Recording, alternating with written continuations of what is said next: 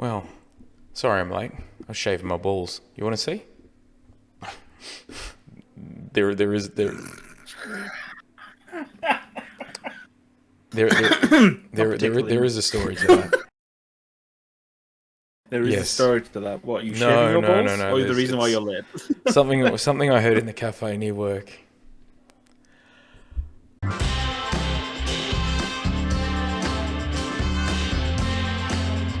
Dorks Down Under. Well, welcome, ladies and gentlemen, boys and girls, our non-binary friends from around the world. This is Dorks Down Under, and I'm your host, Shaven Balls Dez. That's what I'm going. No, I'm kidding.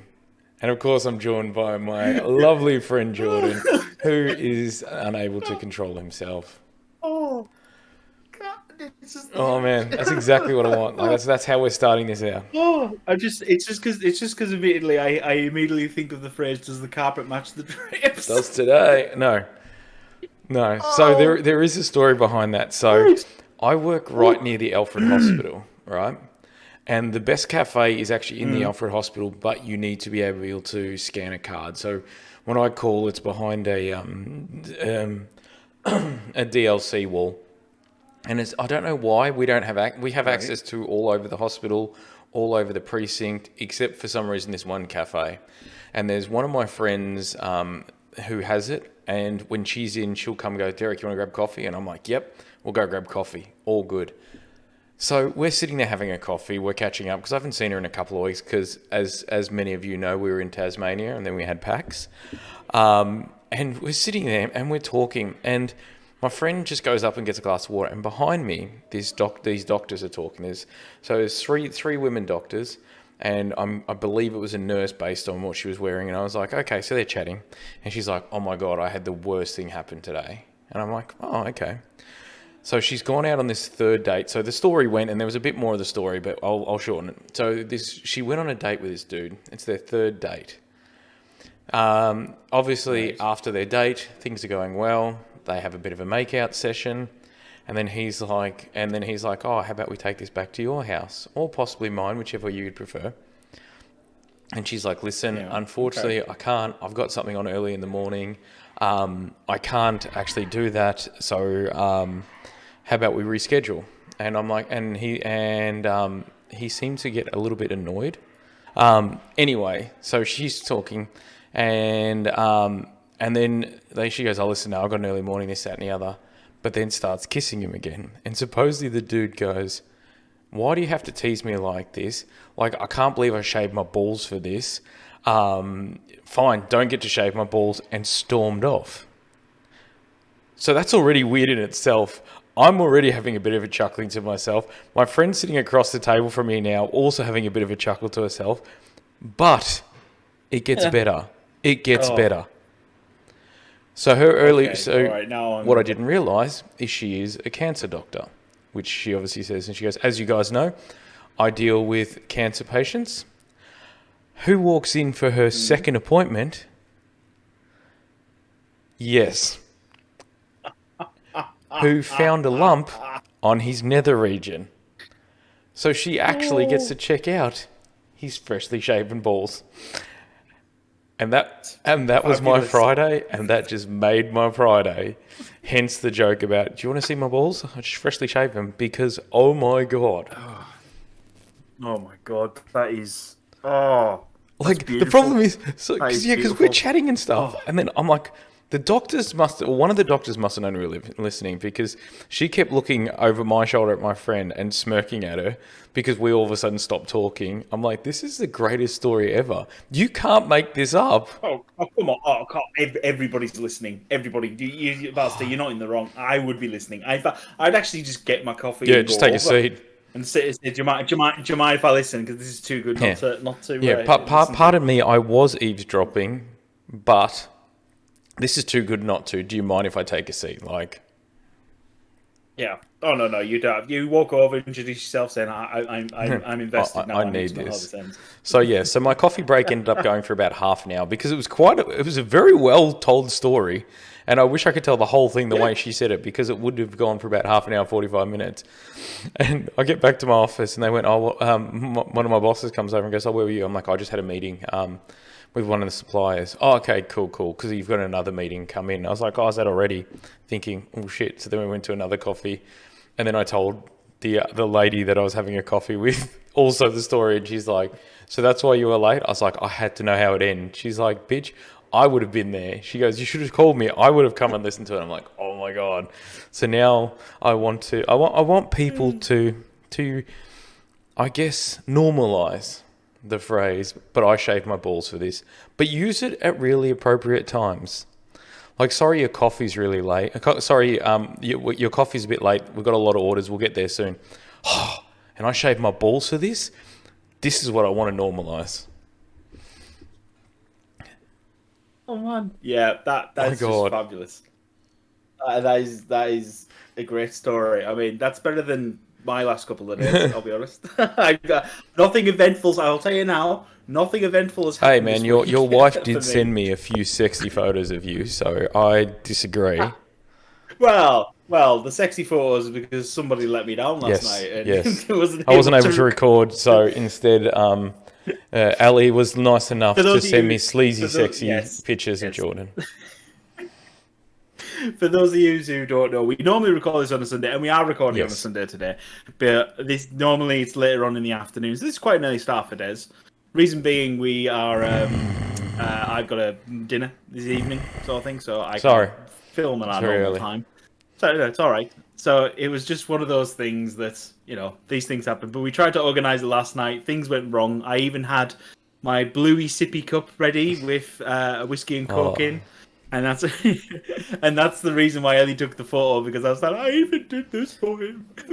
And she decided to take a photo, and I was like, seriously, it was like Jordan Hugh Hefner in a Star Wars robe and a bluey. Yeah, that's my Star Wars dressing gown. It's got a Jedi. It's got a full Jedi hood and everything. There was also a lot of chest hair, ladies. So maybe editor Dez will put that up. Look at that. I mean, that's all kind of man. I'll tell you what. I'm not half as hairy as some of my mates back in the UK. I'll tell you that. I'm quite. Yeah, tame. It's also because you guys have to stay warm. Tame. That's what it is. It's a warm thing. It's like, especially up north. God forbid you do. If you're got to live to survive. That's what my friend said. I'm like, my God, you go up north and you see these girls in these mini skirts and like singlet tops, and it's like -2 degrees outside. But because they don't want to carry a jacket and they don't want to ruin their outfit, they will literally refuse to wear everything. And one of my mates who's from up north, he's like, he goes, but watch what happens when they take their top off. It's worse than me. And I'm like, oh my God. I'm like, for every northerner girl, I apologise. I won't confirm nor deny such a statement to maybe partially being accurate. My God, anyway. It's kind of funny though. So... So yes, we will put sexy photos of Jordan. They will be up on Jordan's Only Bluey. Because I feel like this theme, we have spoken more about Bluey on this podcast than anything. And because we brought it up so much, when I know you're obsessed, man. You're obsessed. I honestly am, and I don't know. I think it's because I'm a dad now, and I think the show is pitched at an adult to sit there and watch it with the kid. It's not, it's pitched for kids. It's kid content. But some of the stuff that happens in the show is just, it's like, no, this is, we're pitching this straight at you guys. This is not for... To be fair though, it's like, you remember those those cartoons, like the old like Pixar and different things like that, where though they were kids films, there was still a lot in it for adults. Oh yeah, no, it's like watching. It's funny when you go back and watch things like Toy Story, or you go back and watch all the old Disney animations. It's like, oh bloody hell! I mean, it's like, hang on, I don't remember this bit. It's like still to this day, the movie that I'm like, damn son, was Tarzan. For anybody watching, if you haven't seen Tarzan, at the very end, the bad guy dies. Obviously, that's pretty thin. Yeah. But have you seen what happened? So the bad guy in Tarzan falls out of the tree. Oh, yeah. And then all of a sudden you just hear this. Yeah. And then there's this flash of lightning and you just see these legs just hanging in the shadows. I'm like, wow.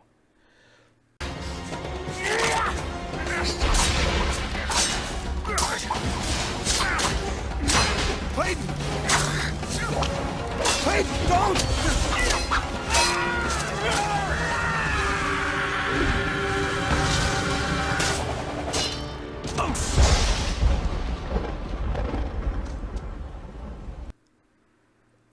yeah.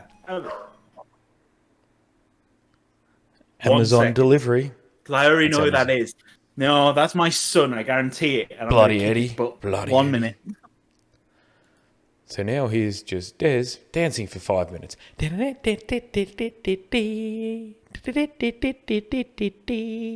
That's I was gonna kick your butt. Uh-oh.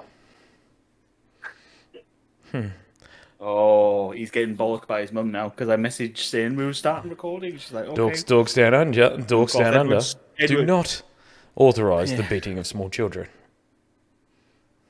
Unless Yes. it's my small child. Yes. So anyway, Des, what were we discussing? So we're this week? discussing the thing that I left Jordan's ass early for, PAX. It's like the first one in like 3 years. It was so exciting, and I can imagine. I imagine it must have been through the roof with levels of enjoyment because it seems though the big pandemic shut everything down in the world. So, but yeah, like I envision not only from a fan base it was hype, but from the product guys and everything else. It is weird because obviously a lot more people now are upgrading computers. They're buying like lights and microphones and different things because they've had to work from home. So it's weird. We've seen a massive upgrade in all this tech, but we haven't been able to get our hands on it unless we've actually gone out and bought it. So PAX... Well, I'll tell you what, how about you explain for us first, what is PAX? Because I already know that someone's going to say, okay, what's PAX? So PAX originally started from, weirdly, a podcast.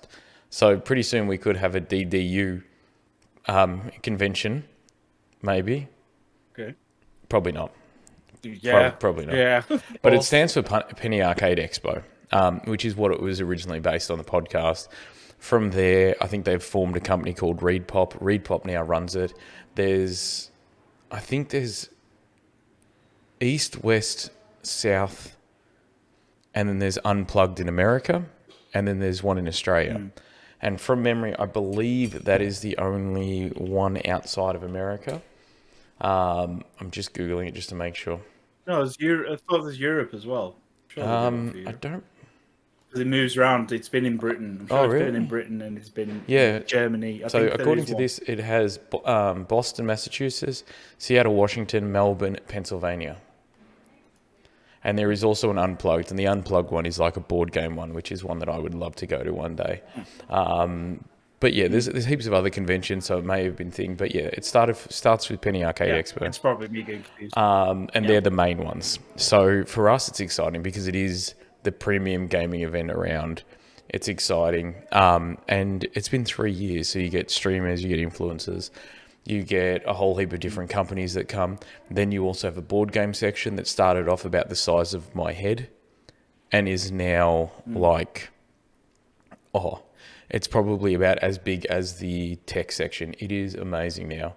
Yeah. And it was so great. So for 3 years, and the worst thing about it too, though, is last year they went, we got a PAX, they set dates, you could buy tickets, then they cancelled. The year before that, the same thing. So it was like there was this little tease leading up to it. And then with this one, I got tickets, and then I got invited as media. So I'm like, oh, yes, this is so exciting. It's actually going to happen. And then it's getting closer, and we're like, it may not happen. And then they were unsure, and then it happened, and then I'm like, yeah! And it also almost, and to be fair, what almost killed me was Number's wedding was meant to be on that Saturday. And I was like, and then he decided to change it to Wednesday because it was cheaper. I'm like, yes, I love having cheap friends. I say that with the most amount of love I can, Numbers.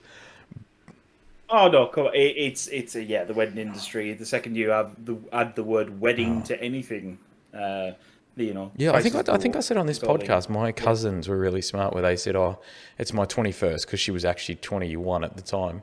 And they just wanted a white cake with some black filigree on it, and then some cupcakes with a little bit of filigree on it, and said it was for her 21st.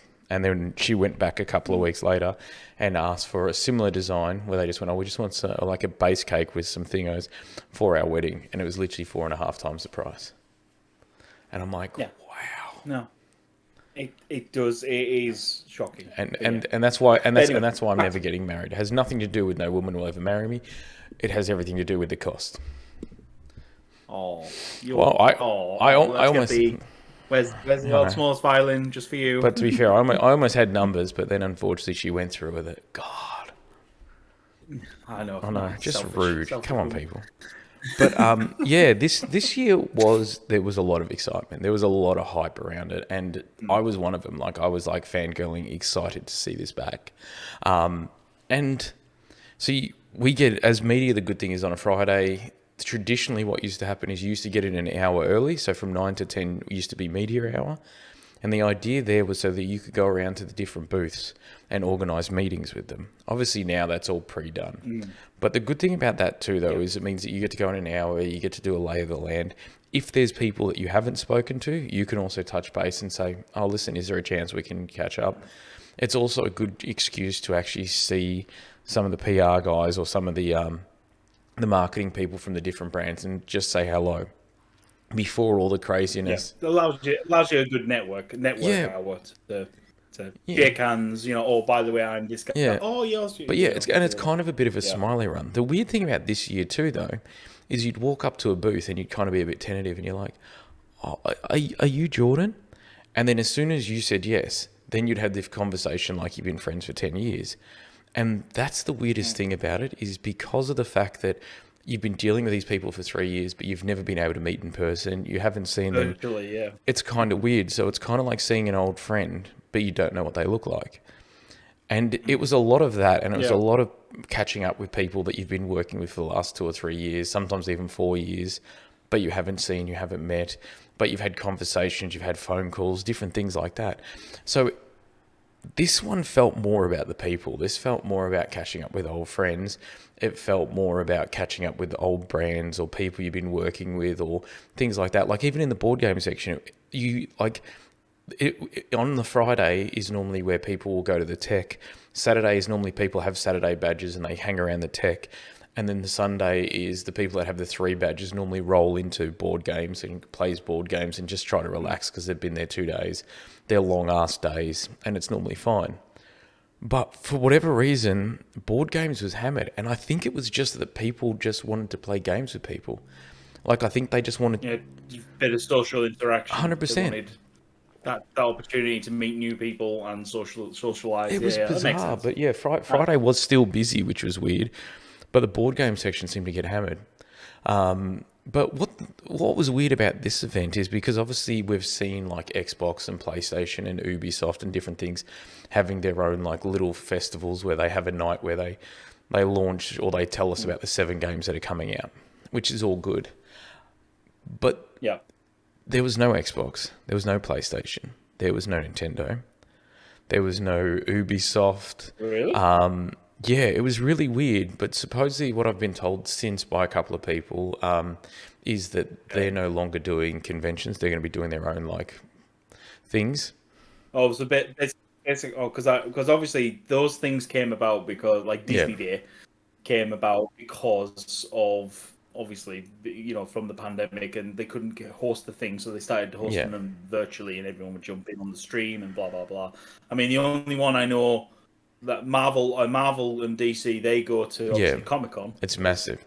The original. They'll always go to that sort of thing. But it's weird that none of the major game companies what's went. weird too, though? It seems like it really is. But what's weird too, though, is I also hear that Xbox and PlayStation, and I can't confirm Nintendo, but they're not going to Gamescom, which is a massive, probably one of the biggest conventions in America. And it seemed, and it was weird. Like it left this massive hole. But what was weird too, though, is because Amazon's obviously trying to get into gaming. Shout out to Amazon. We're now on Amazon Music. Yeah. Oh, yes. In fact, let's do a quick plug anyway. If you do want to listen to this podcast, you can find us not only now on Amazon Music, you can find us on Spotify and Google Podcasts, as well as looking at our beautiful faces while we talk on YouTube. So that's all I got. So, please check us out. Please like, Jeff please follow. Bezos is our soul. But other than that, it's good. It's funny. It's funny because obviously, I mean, I sent all this through today. Said, "Oh, we're now on Amazon Amazon Music /podcast." And he went, "How?" I said, "I got an invite." He said, "How did we get an invite?" I said, Jeff Bezos is just like, this is going to be the shit. We got an invite. Invite him. I don't know how we get an invite more than anything. I mean, they must be desperate for content. Well, it's weird too, though, because what's this? This is our 10th episode, and yes, in fact, double figures, baby. We made it to double digits, double figures. It's only 8 more than I thought we'd do. Well, actually, after we bickered on the first one, I thought that was going to be one and done. So I thought there was that potential. Let's be honest. But yeah, but Amazon was there, so Amazon had a massive booth as you walk in, just past the indies, normally where Xbox would normally set up. And they had things where you could walk through, and they had like little sets of like Jack Ryan. They had some stuff from Lord of the Rings, or the Power of the Ring, or whatever it's called now. Yeah. The Rings of Power. So they had like this little setup here, and then they had a little bit further back towards where the board game section is, where they actually had like the Amazon gaming thing. So that was actually one of the bigger companies that were there. They did have Sega was there with one of their new Sega games. But other than indies... You mean... Hang on. Sega. You mean Sega? Sega! No, man. Aussies. Sega! It's a Sega. It's not. It's like Bega cheese. Bega with an S. Sega. What? Bega cheese. It's like Bega with an S. Sega. Bega cheese. What the hell is It's a brand Bega of cheese in Australia. It's called Bega. Bega. Bega. Yeah. Bega. Yeah. See. Bega. I would say it's named after a town that they call themselves Bega. Right. So you put an S in front of it, take away the B, Sega.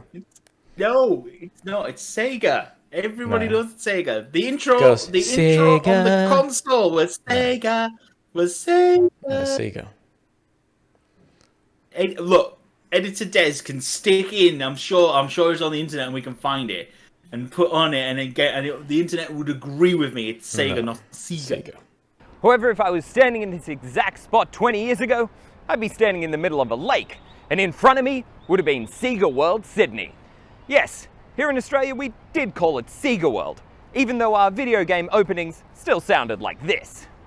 Sega! Sega, it sounds like you're saying with a C, not an S. Yeah, Sega. but it's the same thing. We're gonna fuck. This is good. No, okay, it's not the same Sonic thing. the Hedgehog was there with the brand, which is edit something in there. I'm going to say Nintendo just to really piss people off. But yeah, well, technically, you want the Nintendo. No, they do now, which is weird. Then there was like Dolva Digital that had a couple, which was, there was one. It was funny because when I first watched it, you had this gun that you kind of was just like had here, and all you saw was a gun from your wrist up. But then anytime you went close to someone, you just kicked them in the face. So you just see this massive boot come and go boom. And then you keep walking and then you'd kick. And I was like, what the bloody hell is this game? And it wasn't until Win from Unhooked Games, that's a friend of mine, was playing that I was like, do you actually have bullets or is the gun just there? He's like, no, you only have like 3 bullets or something. But you can kick everything. So you're like running around kicking indoors, you're kicking people, and you got like 3 bullets for just in case. And then occasionally you'll find a enemy with a gun where you can pick that up, and you get a few more ammunition. And I'm like, this is the stupidest thing, and I want to play it. And they also had another game there that I can't remember the name of because I didn't get a chance to play it. I was so busy, but it kind of looked like Metal Slug. And I'm like, yeah, it had that side-scrolling game where you could shoot up and down. You could jump by shooting down, and it would jump you more. And I must say, like, shout out to Dolva Digital. I love their games. Their games are normally wacky. They're out there.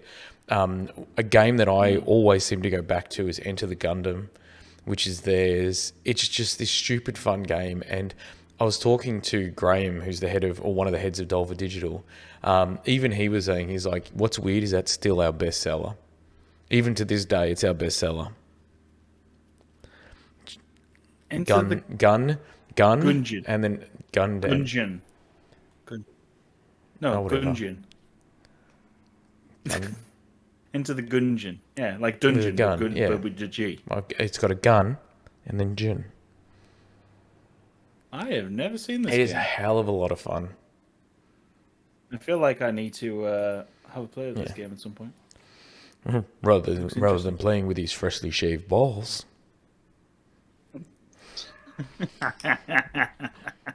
He's like, Very good, he's Dez, like, very good. yeah, these nuts. That's what I wanted. But yeah, no. Just going to say how many times we can get that slotted in this episode. Have you ever felt anything so smooth? Yep. It's going to hell. But no, Dolva Digital they're always around, and I love their games because they're a little bit out there. They're never going to be AAA, and they work with some great companies like Crow Team and different things from over in Poland and Czech Republic and stuff. And their games are always that little bit nutty, but really highly addictive, and I really love them. So seeing them there, and they had this amazing setup where they literally had 2 TVs back to back, and then they had couches. So it was probably one of the smartest things I've seen, where they've got, I think they had 4 couches on each side, 4 TVs, and you just sit there and you'd play. And then there was a possibility that if your friend was there, you could get them and you could both play. But it was just such a great thing because you saw people towards the end of the day getting really, really tired and they just want to sit down. And all of a sudden they'd start going to that booth because they want to sit down on comfy couches. It's a good excuse to play games. And it was such good marketing. And I was like, these guys are smart. Like this was just a lot of fun. But Never underestimate a oh my god, the couches were comfy as hell. They were like these nice old school like leather ones that had been worn in. I was like, damn son, these are good. But yeah, this PAX really did feel more like a PC gamers PAX. So we had Aftershock, who produce a whole heap of custom made and custom order the desktops. I'm actually PCs, rocking one of their laptops. That laptop that I bought to Tasmania is actually one of theirs. Which is it's a beautiful laptop, and they do make some really good stuff. And one thing that they're really getting into is they're doing a lot of water cooled stuff. So so they would sit there and they would talk to people and show them stuff. They had, I think, 2 computers to give away. But what you would also see is you'd also see them doing a whole heap of the pipe bending to do water cooling. And this is something that they've really come their own, where they're doing a lot of water cooled stuff, and they're doing it so often now that it's becoming almost second nature. But because of that, they're also doing an amazing job because they're, unlike a lot of people, like for example, I tried water cooling, I think once on one of my friend's PCs, and it's a lot of fun, but it's very tedious. It's very this. You watch these guys, and I swear to God, it's like watching, I don't know, it's like me watching Gordon Ramsay make cereal. It's just effortless. The way they're just doing it, the nuances of it. You want to see how he's doing it. Yeah, he's making the scrambled egg. Yeah, I know. What? It's a scrambled egg. Oh, no, it's not just But like seriously, like you like for them, it's just like I put cereal in, I add milk, and I hand you the bowl, and that's what they're doing. And I was massive shout out to them because this is a Singaporean company that has now since opened in Australia. They hire all locals. They really are making some amazing custom PCs. They do their own line of keyboards and mouses. They do their own thingos. Aftershock, they're called. Really good. There was also another new brand there that I haven't actually seen called Allied Gaming, and they were selling some really cheap PCs. Like I think it was like $1,700, and I think it was mainly because they just didn't want to take them home. But the one thing that they did that was really smart is a lot of their branding's all white. So you've got white with like this cool like A logo, which I'll throw on the screen eventually. All their towers were white. They had this very clean, sort of crisp look to it. But one thing that they were doing during the actual event was they had these $69 packs, which a lot of people were buying. A, because it's funny because it's $69, but what you were getting is like a backpack that would hold your laptop. You got a hat, you got a gaming mouse of theirs, like a large gaming mouse, and actually a mouse. And for $70, I'm like, that's throwaway money. But it was great because you walk around PAX a few days. Like they end up selling out day 3 because I was actually going to buy one when I had time, and I was like, I've just got to go to this meeting and then I'll come back and buy one, and they were already gone. I was like, damn it, Yeah. because I really wanted to see what their stuff was like. But like, what was weird is throughout PAX, you saw people using their bags. We went to Water Gardens and High Point here, which are 2 major shopping centres. I've seen 4 of their hats since Monday. Yeah. So again, clever marketing. People will buy a backpack because they can put stuff in a backpack, and then suddenly, if they're walking around the convention, people are like, "Oh, I like that backpack. Where'd you get it from?" Oh, but it's not even that. But now, because they're such a clean design, like the A that they've done on design, very minimalist, really nice, and to the point where it's got this really nice, classy, elegant flair about it. So people are willing to wear it, and it's like, this is genius. But it's really cool what they've done, and so these are this new company that's coming up that obviously wants to get into the market, and it allows them to try to at least get a foothold in. And I think sometimes without the big players there, it offers some of these little people here. Like obviously we still had like an ESL, which is obviously the like the esports league. They had a massive stage. Next to them, they had Intel. Which was actually my first meeting of the day on Friday. And I got to see their new ARC and the new 13 series gen chips. Oh my God. So I walked in, I had a meeting with Dino, who is slowly becoming, you know, when they say, oh, you can have dinner with 3 people, living or dead. He's up there now. Like, he would probably make number 3. Like, this man is an absolute genius. So what's weird about him is he was actually a world overclock champion. Like, this is that guy, yeah. And chatting to him today, it's just so good. Like, we just get to nerd out, and I feel bad because the poor Intel girl, who was the same Intel girl from before, just went, do you mind if I go do something else? I was like, yeah, sure. She's like, just because I listen to you guys talk and I'm just going to be confused. And I'm like, okay, cool. So it was actually really cool. So we got to look at the new ARC, the new 13 gen chips, and the new ARC, a great GPU that they're bringing out, is insane. Yeah. Like, insane. Like, you know how you hear about streamers, how they have like a gaming PC and a streaming PC? You will not need this anymore. You'll be able to run it all off the 13th gen.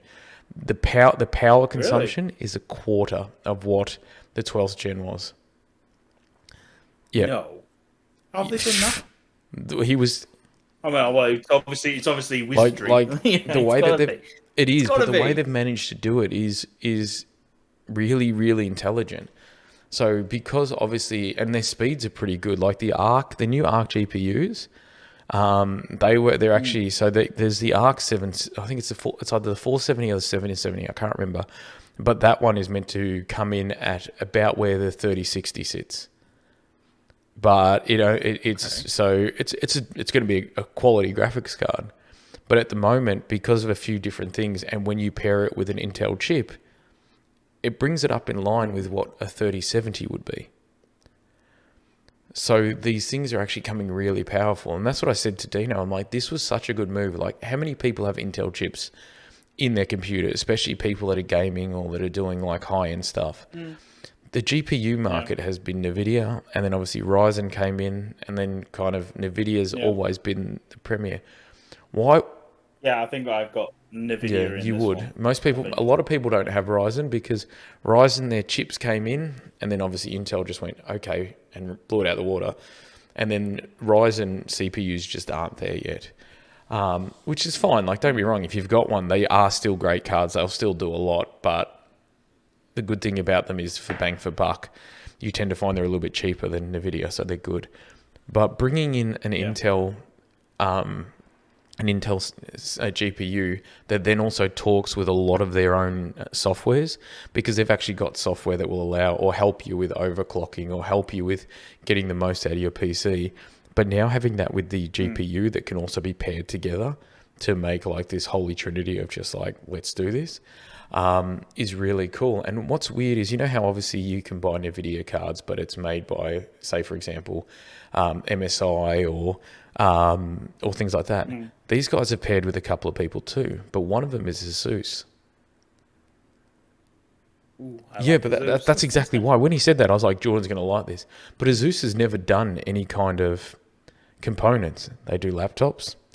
No, they've always done laptops, but their laptop. I mean, back in the UK, I think I got my first Asus because I was originally on Yeah. HP, and then went to university, wanted a gaming laptop. Well, I wanted a laptop I could use for schoolwork as well as gaming, and the Asus was like the good cheap minimum. And it was like I talked to my friends, and one of my friends who was a tech wizard came and had a look. He said, "Look, out of all these ones, that Asus will probably do you bang for buck, and it'll get 5 years out of it, no worries." And I tried it, and for 5 years it was fantastic. And after that, I was solid on like that. Asus I've got one down laptops here for actually, a while. and they're great little workhorses, and they're normally quite light. They're quite small, and I was like, fantastic.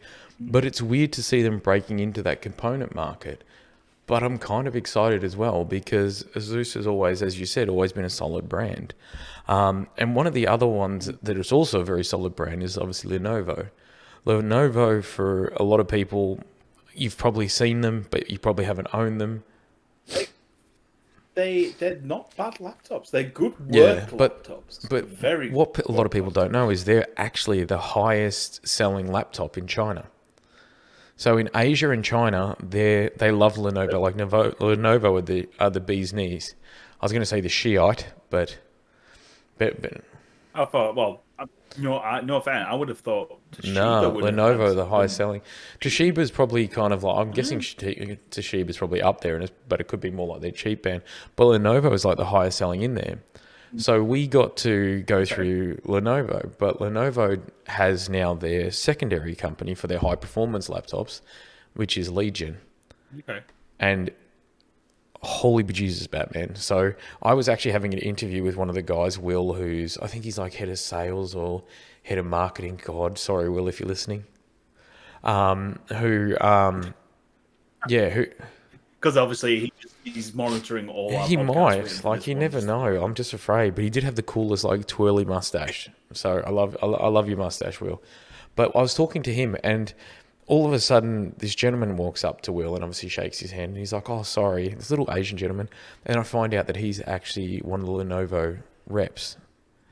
And he's actually down here just to check it out, and he was just checking out PAX and seeing about it. And that's what he said to Will. He's like, "I'm not checking up." He goes, "I'm just going around." So on the actual thing, they had the new i5, I think it's i5 or 5, this is their new design one. And he actually showed me the i7 or the 7, which is the one that he personally uses. This thing weighs under 2 kilos. It's a performance laptop, but it's like this thin. Like, it generally looks like, those cheap like Dell laptops you get at work. Yeah. They literally look like all those super thin. Yeah, phones, but the problem is though is it's one of their most powerful ones they've got on the market. Great for content creating, for video editing, for all kinds of things. And it literally looks like a normal laptop, and I'm like, oh my god. And that's what Lenovo said is that Will and that said, he goes, well, what we're trying to do is we're trying to get them to not be these big, chunky, awkward things that, though you can carry them around, they're a bit of a pain. But like for a gaming laptop or a high-performance laptop, as they're trying to now call them, 2 kilos is nothing. Yeah. That, honestly, that 2 kilos is... Yeah. Is like I used to... When I was I used to drag around one that was about 5 kilos, I'll be honest. It was like 5-6 kilos, and that was weighty. Well, when I was in the UK, I carried around one of those Alienware ones. Excuse. Oh god! Oh, I mean, don't get me wrong. I love Alienware. They are fabulous. They look amazing. They perform amazingly, but they are chunky boys. Just remember, this was in 2002, 2003 when I went to London. Yeah. So the one that I was carrying, I had to check into my luggage because it was too heavy to go on to carry on. That's how heavy it was, which is about 7 kilos, which I'm guessing is about 16 pounds for our American listeners. This thing weighed about 9 kilos, so close to 21, 22 pounds. Yeah. Like the good thing is too, though, is if I was ever mugged, I could kill somebody with it, but like... Assault with a deadly weapon. What deadly weapon? I had my laptop. Yes, but it weighs like a mace. Yeah. No, I don't. No, I mean that I've always loved the look of Yeah. Alienware.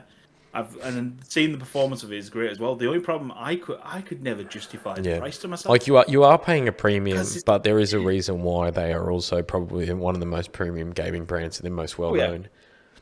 But yeah, so we got talking, like I literally spoke to him. So my 15-minute like meeting with him went for about an hour and a half, which was kind of good okay, because that was the only one where I had a little bit of space in between there. And then from there I went to, I think it's HyperX.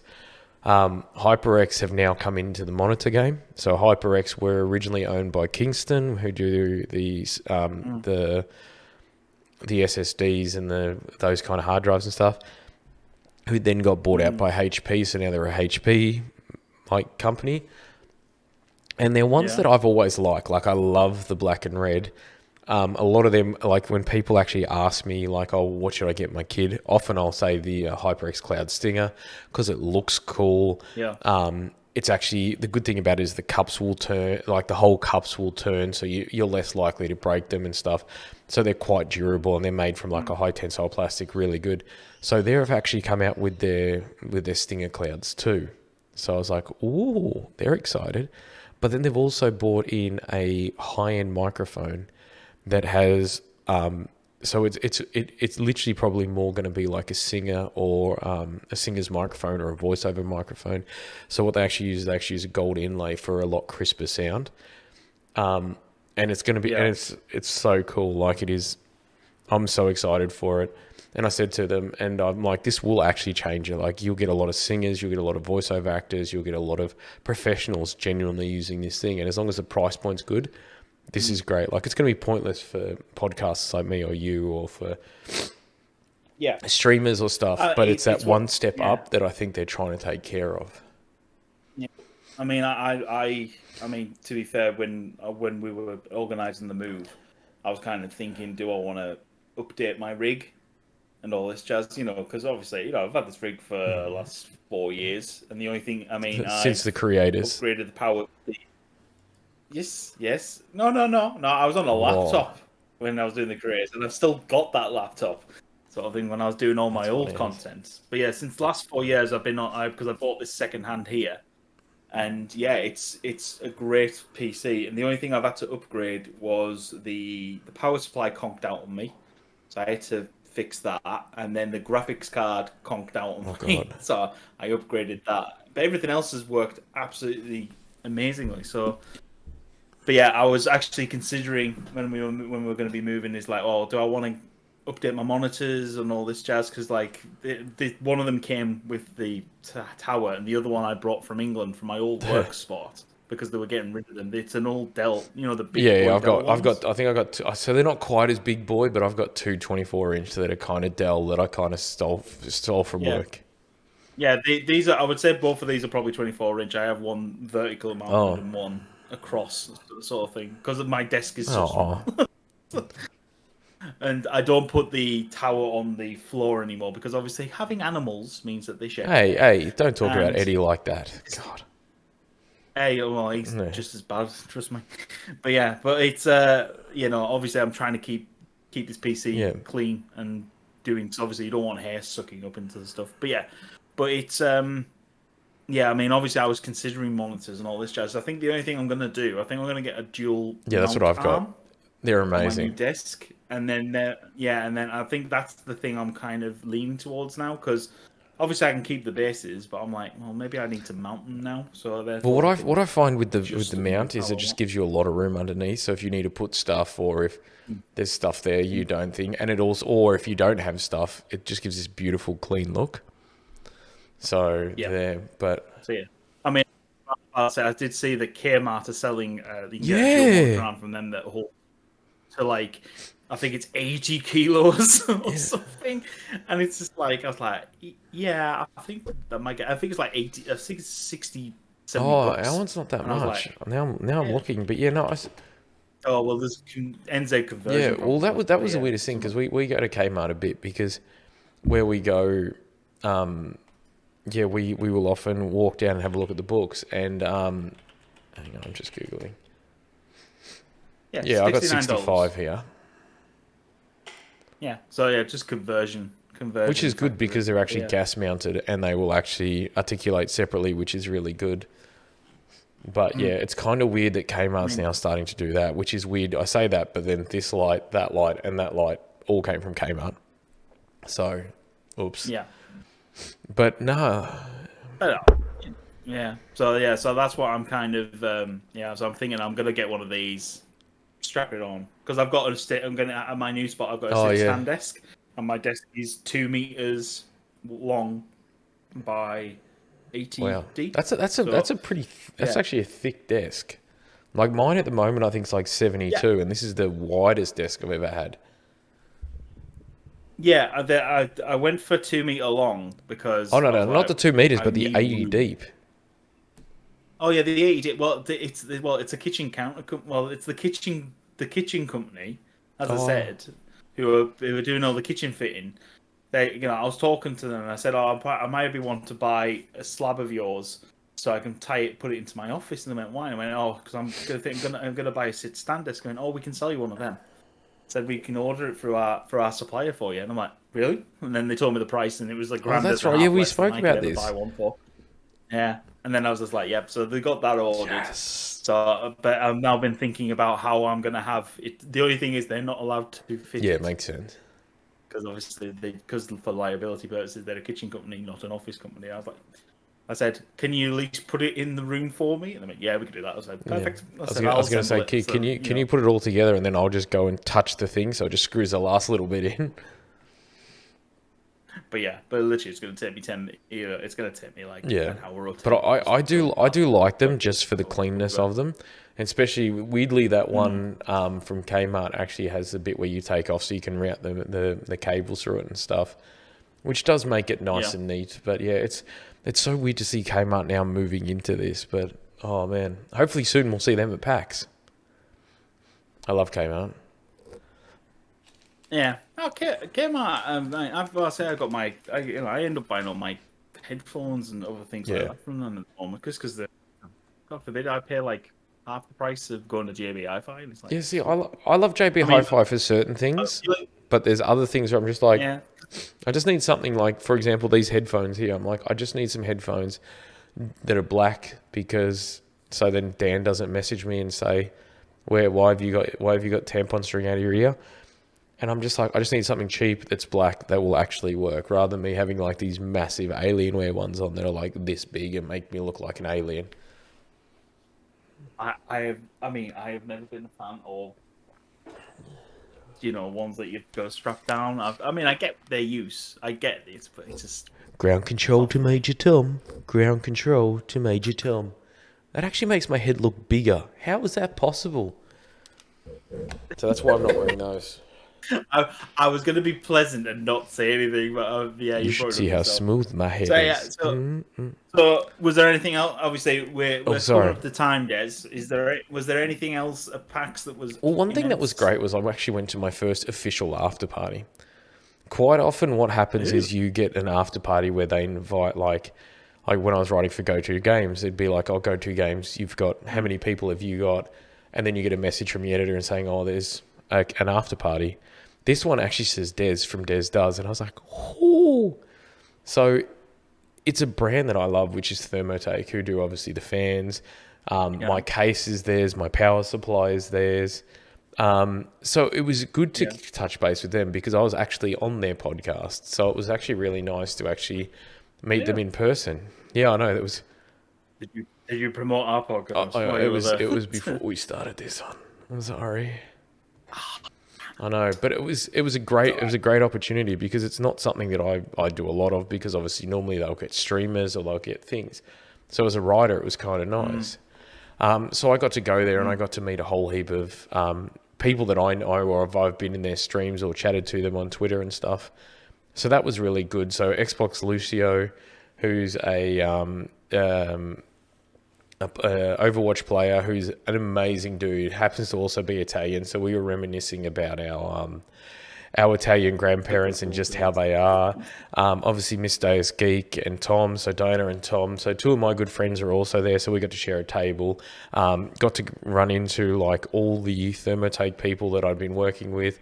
We went bowling. It was really fun, and it was really low key. But that brings me to one thing that was weird about this PAX. Is there was some, so for example, Alienware wasn't there, Bethesda wasn't there, Thermotake wasn't there, but they were there. I know it sounds confusing, but what were happening is a lot of them were doing off PAX events. So Bethesda had actually set up at another place and they had like a little thing, so you actually had to leave PAX to go all the way down. I had a meeting with Alienware that happened to be at Fortress, which is this amazing gaming space where they actually have 2 floors in the Emporium. One, you can rent rooms and you can play games and different stuff, and they have a massive library of games and you pay per hour. And then they have a bar downstairs that's set up like this cool, old school kind of like dungeon with these massive foam weapons. It's actually where the last few MTG events have been. So it's been like really weird. So you found yourself that you were at PAX, but then you were also walking to these other venues to interact with these other brands. Now, it's interesting. I mean, that's interesting. Obviously, the fact is that maybe I'm assuming what initially probably happened is that they were like, "Oh no, we're not going to do PAX. There's no point." And then obviously maybe then obviously they didn't take their slot. Their slot got sold. Blah blah blah blah. X, Y, and Z. And then suddenly something happened, and they went, "Why aren't we going to PAX?" And it's like, "Oh, we're not going to PAX anymore." It's like, "Why?" So you realize that all our customer base is going to be there, right? It's the day that we can sell stuff and blah blah blah. And then obviously they've got, "Oh, right, we need to find somewhere we can sell now." I don't know, but I think what happens to I mean, maybe. I mean, although the flip side of that is maybe. I mean, our PAX maybe possibly charging too much. That I don't know. But then again, they shouldn't. Originally I thought it could be down to cost, but then you've got like some of these smaller brands that are just starting up. You've got a lot of indie guys there and stuff that are able to pay the fee. So that seems weird. But what's weird too, though, is I think also with a lot of these things like the Xbox showcase and the Ubisoft showcase and all these things, I think a lot of them are doing their own showcase. Bethesda did one. And I'm guessing what's happened too, though, is they've kind of gone, we want to have something, but we don't want to run it for 3 days. We don't want to have to fly staff in, or if they do, we don't want to have to do this. Yeah. So they seem to go, okay, on the Saturday we'll do X.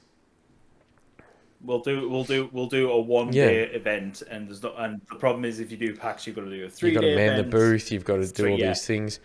So it's costings again. It's probably like, well, hang on, how much do we normally spend at PAX? We normally spend X amount. All right, and what's our revenue taking? Oh, it's this amount. Oh, well, does it justify doing 3 days or 100%. Just do a day?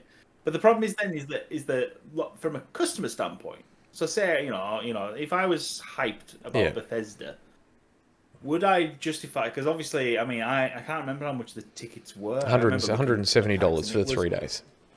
Yeah, for 3 days. So, but which is not a small chunk of change. It's not throwaway money. But even a day ticket, I think was like it was close to about 85, I think, from memory. Yeah, 85, something like that. But I was like to myself, if I pay in that much money, I'm one of these people who I want value for my ticket. It's like when there was a Armageddon Expo, which is essentially it's New Zealand. Yeah, no, they used to have that here for a bit. They used to have it here. Yeah. And I'll say, we bought tickets me and Eddie bought tickets to that, and we went for the day. And I think it was like $60 for me, and 40 for him. And of course, as you do with a 7, I think it was 7 at the time, 7-year-old who got bored after about 45 minutes. I said, "Okay, how can we go?" I said, no. We're going to be here for at least another 2 hours minimum. Why? Because I'm not wasting money.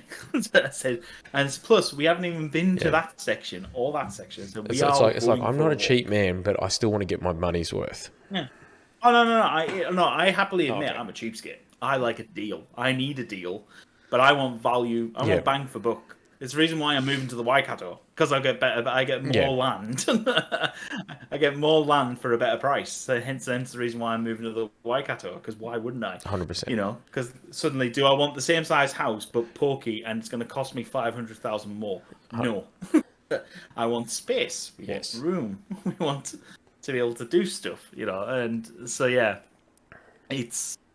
But yeah, so like when I don't think I would be able to justify myself, even if I had a day ticket for $85, unless I got to PAX, bang on 10 o'clock, and the Bethesda, which is 10 o'clock, and you just know the Bethesda thing's going to kick off at lunch. Yeah. No, I think it was pretty good. I think the Bethesda one was probably the best. I think it actually ran over 2 days from memory. I think it was Friday, Saturday. But you've also got to remember too, though, is that if you just want to go to the Bethesda thing, don't buy a ticket to PAX. You can just go. The Alienware had an Alienware thing where they opened it up to the public and had streamers and content creators, and it had a gala on the Saturday. So, but you, again, didn't have to buy a PAX ticket to do any of this. And I think that's the thing that's a bit weird is you've got these companies that are like, we're going to do a PAX weekend because we know our market's there. We're going to do this. But what's also good too, though, is if you don't want to go to PAX but you just want to see Bethesda stuff, it then opens the door for a lot more people. Yeah. No, it does. I mean, it depends how much they would charge and stuff like that for. But yeah, I mean, I'm one of these. You know, I'd rather. No offense, if I'm buying a ticket, I'd rather just have everything. Yeah. Oh, I won't lie. You know, it makes sense to me to have everything under one roof rather than me going, oh, I've got to leave now because I want to catch that panel. Actually, I did a panel too. That was kind of fun. Yes. Oh, you did? No, you're about to say. But just to go back before we go to the panel bit, is that so where Jeff Shed is versus where Fortress is, it's about a 25-minute walk. So it's not like a small walk. Like I walked it and I was like, fuck. I'm catching a cab on the way home. I'm exhausted. So it's kind of like 25 minutes there. You spend however long you do there and then 25 minutes back. So you're wasting like 2 hours just walking there. They don't have like a free shuttle. There's no way to really get there. Even trams, you'd have to kind of catch one tram here and then one tram up.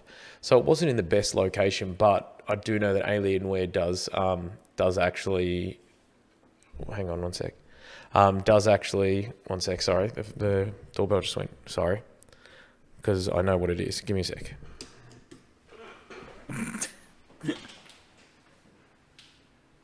Anyway, ladies and gentlemen, hi. But yeah, no, it's interesting. Yeah, I mean, would I walk 25 minutes? Hell no. Because that's 50 minutes. So that's 50-minute round trip wasted, and then you're there, so at least an hour, probably 2. So you're losing 3 hours actually, aren't you? Yeah, losing about 3 hours. A few moments later. I'm back. You're back. Hello. Hang on, I'll put my headphones in actually. Okay, sorry for that delay. You know how the other time when we were filming, there was a car that got set on fire in my house? So I heard the doorbell, and then it was like, doom, doom, doom, doom, doom, doom. And I was like, because that's when I took my headphone, I'm like, why would you ring the doorbell and knock? So that was the cops to let me know that they've found who burnt my car. And I was like, it was not my car, it was number 3's. Oh, sorry. So yeah, so we've actually caught the people that done it. Don't worry, it was a one-off isolated incident, this, that, and the other. I'm like, okay.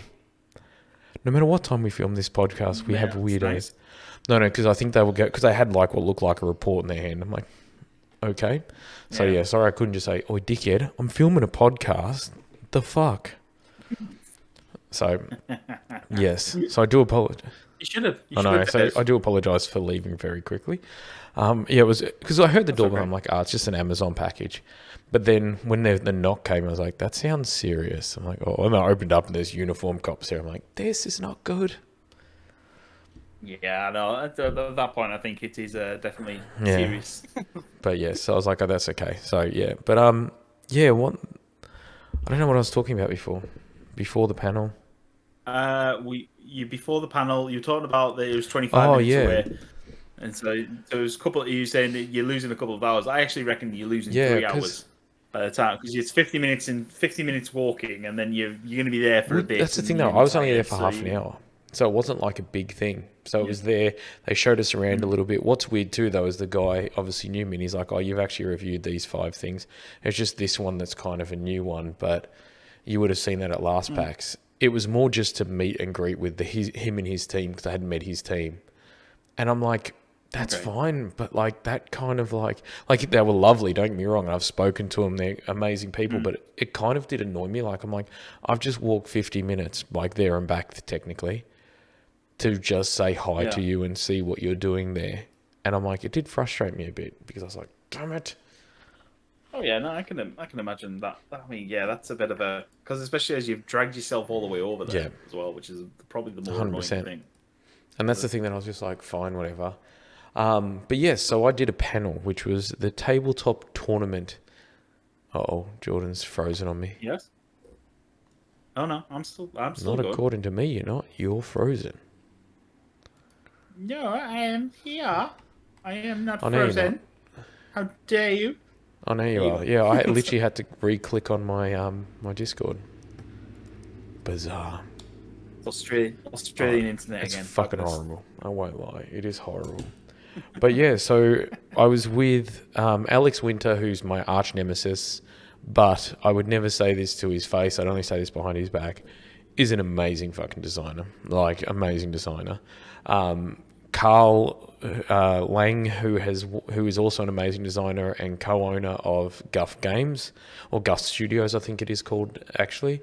This is a guy that, like, if they have he's won the Edison Award for one of his games design, which is a pretty big deal. He also won the Jelly Bean Games design, where what they do is they give you 18 cards already pre-designed, and then you have to make a game from it. So they literally go, here's 18 cards, make a game around it. That's all you get, just the 18 cards. You can't put anything else in the box, because that's all we have. And he's won it, and I think he's finalist several times. Amazing brain for design. We had Dan May, who actually was the guy that came up with it, and he's from Quillsilver. And he does game development, graphic design. He's an artist, and then his partner Brenner, who is actually from I'm going to say New England. I'm guessing it's Connecticut, but don't quote me on that. Who is an absolute marketing genius. Like, she's brilliant. And yeah, smart as a tack. And she also obviously co-founded that with Dan. And then we had the guy that actually owns Guff Stores and also co-founded Guff Studios, who weirdly I found out is actually the CFO or CEO or the COO of Allied Games, or Allied Computers, the one we were talking about earlier. His brother wanted to open it, so he helped him out. So I was like, oh, that's good. So the idea behind it was that you'd roll a dice. We had a list of mechanics and we had a list of themes, and whatever would come up on the dice, that would be the mechanic and the theme. So for example, there was one that the theme was love, and there's a mechanic called in the bag, which means that you actually grab things from the bag, which I just nicknamed Love Bag. I can't believe I shaved my love bags for this.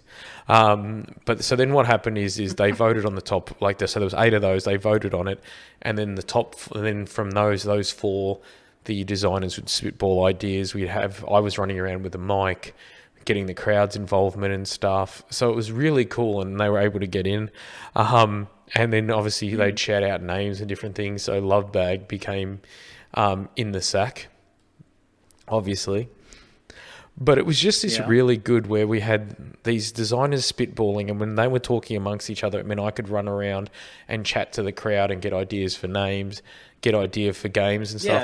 And it was really cool. And then obviously from there, they were allowed to vote for one.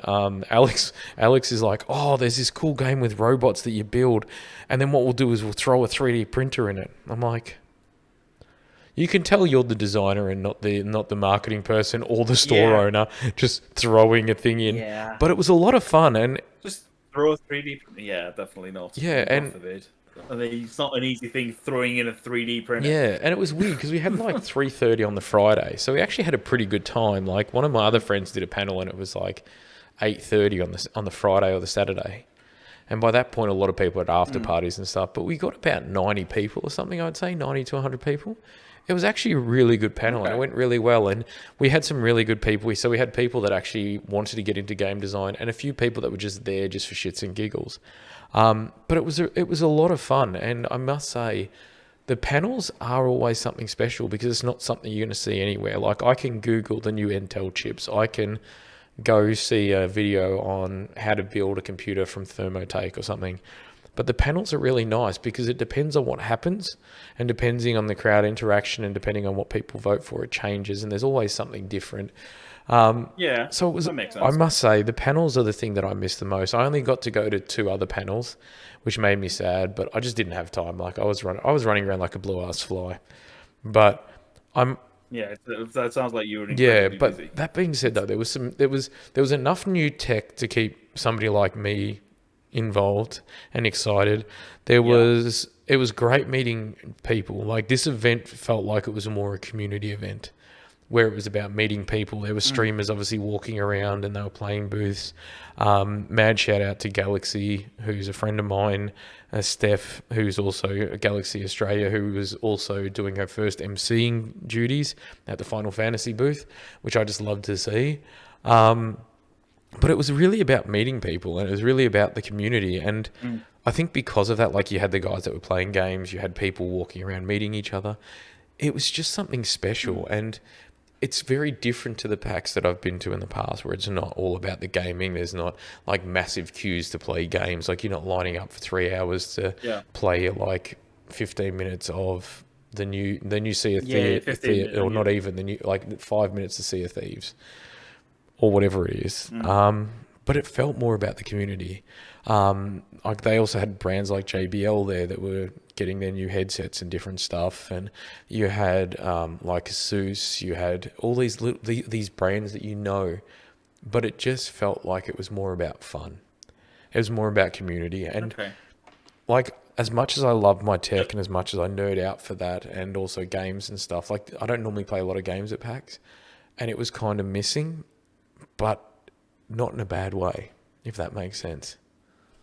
So would you say, so obviously let's fast forward to the future, and it's next year. You go into the next PAX.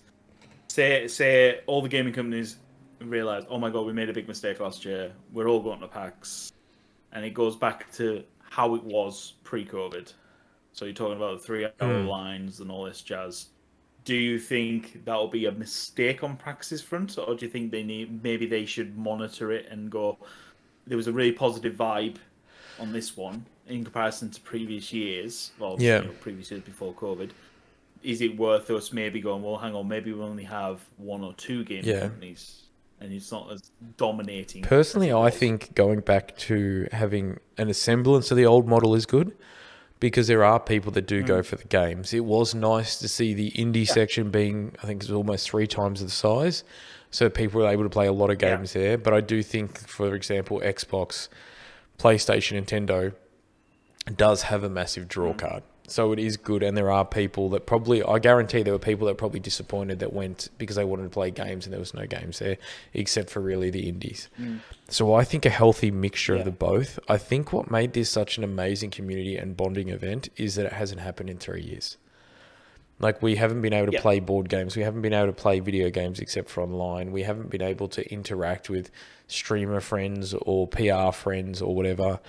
So I think they probably should go back a little bit to the old model, but nowhere near as much. Because I do know that there is a market for people with games.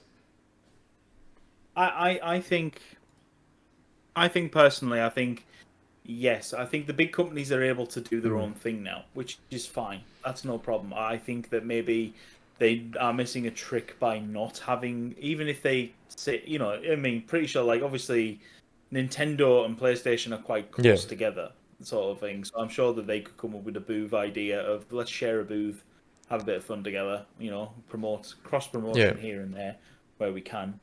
But that'll never happen, though, because you're talking about Nintendo and PlayStation getting on. And you'll never see, obviously, the same with Xbox, because Xbox and PlayStation are in a bit of war at the moment over COD rights, because obviously Xbox have just got that. So they'll never sort of do anything like that. But I think the big boys could easily come together and do something. Yeah, well, that's the thing about the big boys. The big boys were there because they were Xbox, they were PlayStation, and it just meant that people could go there and line up for a few hours and play games.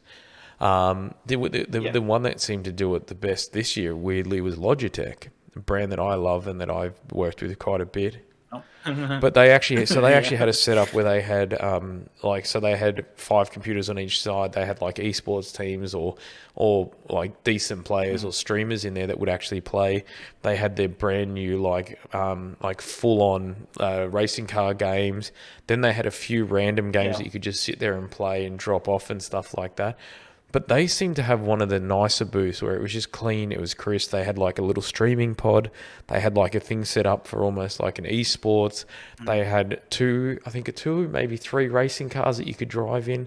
But then they had half a dozen computers set up that you could play.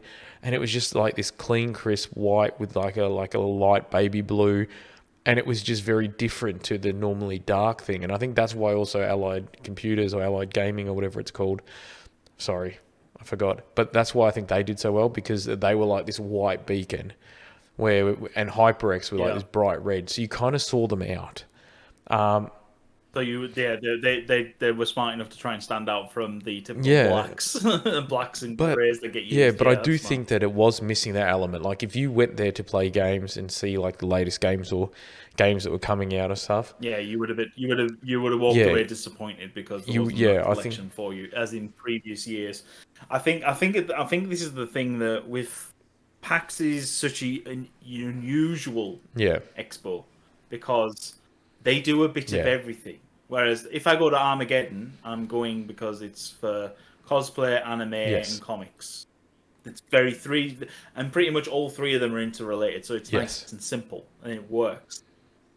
Whereas if suddenly if Armageddon said, "Oh, we're also going to do video games and this and that and t'other," it's like, well, hang on a minute, you spread out. And that's what I think is weird. Like it's always been tech and gaming because they go hand in hand. It's always been that. But this one's kind of gone a little bit like it just seemed to be more tech, and then board gaming, which wasn't a bad thing. The board game section was amazing, and it was good to also see where what normally happened is you'd have like Good Games, which has a massive section. You'd have VR Distribution, that's a distribution company with a massive section, and then you'd have kind of like half a dozen little stores, and then a big open gaming area, which is great. Don't get me wrong. But it was so nice to see a whole heap of little games get their own. There was one there where you can actually build your D&D map onto like a TV. So if you've got a TV in your thingo, and then as you put the piece on, it lights up that section and the bits around it. So what you can actually do is you can actually have them walking through a dungeon and have... And it shows line of sight. And shows the dungeon close. There was another company there that did like ambient sounds and like almost like a soundboard for it. There was a few like Pokemon card companies and stuff like that. But then there were also people that had got their own board game things. There were the normal stores that were doing scratch and dent stuff. But they just seemed like there was a lot of like, there was a lot more there. There seemed to be like there was a lot more little companies there that were starting to find their feet, and whether through COVID or whatever, they were starting to build up. And it was really good to see actually, because the board game section seemed to be coming alive, whether it be D&D, whether it be there was a swordcraft thing there with foam swords and things. But it just seemed to like it felt more cohesive and more like it felt like more like the PAX that we're used to. But it had been upgraded, where the video game and tech side seemed more like a tech event with a few video games that was more about the community and people. But it may also be that because I work in the community, it makes it a little bit easier for me to catch up with PR guys and streamers and stuff like that I obviously know. I would say I would love to come with you next year, but I don't. I think it'll probably be on when I'm back in the UK. It's normally October. We're planning a holiday in the UK. Yeah, it's gonna be a bit of an awkward time, but I would love to go with you and sort of see it from a fresh eye perspective. Yeah, definitely. Because Kelly, who is now one of the writers on my website, she was actually there, and it's actually her first event, and she was going around taking photos, collecting badges. Like, it was great, and she had a ball.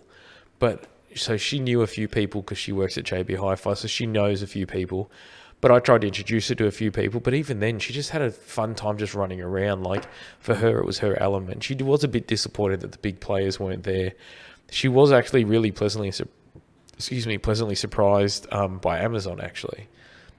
And because they had this massive section with all their actual, like, shows, but then also had a gaming section.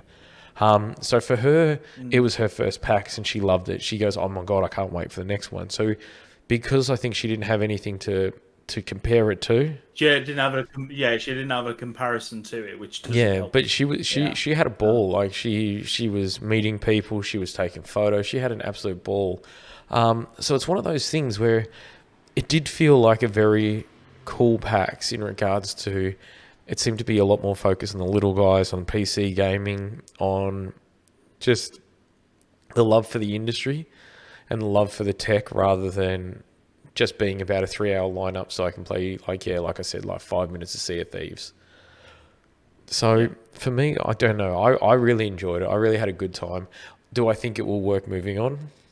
I don't know. Like, I feel like once we catch up and once we're allowed to have regular events, and say, for example, Bethesda or HyperX or whatever have their own little stuff throughout the year, I don't know if that's going to be enough to carry it. And that's the thing that worries me. Yeah. But we'll wait and see. And who knows, in a year's time, Xbox and that might be like, yeah, actually, we do need to go to some of these. These things are a little bit more important than what we realised. Yeah. Oh, well.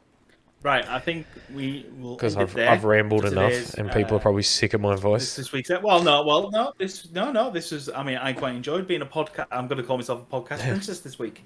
I got to sit back. It was just a tiara. It was just a tiara that you were wearing before. It's just sticking my little 2 cents here and there, so it was quite good. But yes, a big shout out again. We want to say to everyone who's been listening, if you could do us a favour and like and share our content, you can, as a reminder, you can find us on Google Podcasts, Amazon Music, and Spotify, and as well as our YouTube channel. If you'd like to. And if you give us a 5-star review, Jordan will send you a picture of his very smooth. No. Oh, dear Lord, no. But yes, we want to say a big thank you to everyone who has been following, who has been liking, who has been sharing. You all guys are impressive, and we love you. And for Moneybags Bezos for inviting us to Amazon. Thank you very much, Jeff Bezos. No, but yeah, big shout out. Obviously, we've had a lot of fun for this podcast. We look forward to doing some.